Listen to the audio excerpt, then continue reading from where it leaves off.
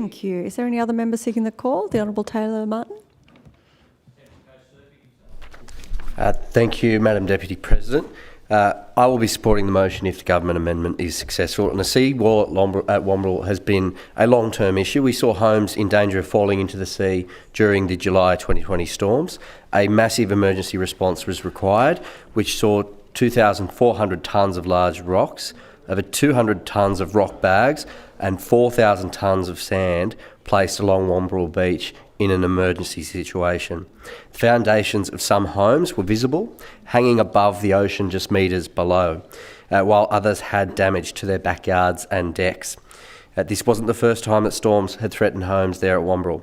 It happened in 2016, it happened in 1978 to great devastation that many locals remember, with homes falling into the sea. The issue is well known to the government. One of the homes there at one stage belonged to Eddie O'B, and it was where the so-called Terrigal subfaction was formed back in the day. Now, some of the problems of asbestos on Wamberal Beach have been traced back to that property, according to media reports over the years. As a regular swimmer and surfer, and having been on surf patrol at the other end of the beach at Terrigal, I personally made numerous calls to Central Coast Council over the years to report exposed fragments of asbestos on the beach and in the water. One time I ran into a mother who, on the beach, her daughter had actually taken fragments home and used the asbestos as chalk on her driveway, which was extremely distressing.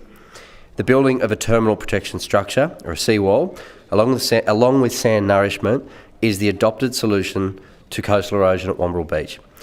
It's described in the Gosford Beaches Coastal Zone Management Plan. It's my understanding that the seawall is to be located as far landward as possible, reducing interaction with coastal processes and to maximise the available beach width.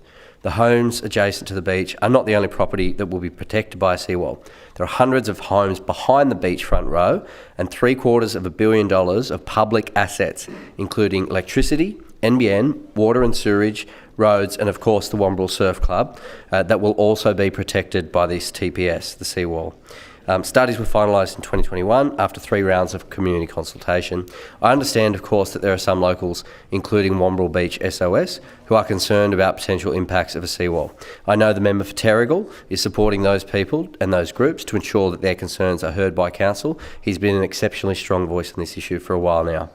I also understand that state government intends to have a review of the proposed wall, although when I put a question on notice in regards to this in July, the government couldn't or wouldn't say when it would be conducted, what the terms of reference might be, who would be chairing it or how long it would take. And I understand the Wamberal Save Our Sound group were contacted by the member for Gosford, who said that's not actually the minister's view, that's just the departmental response.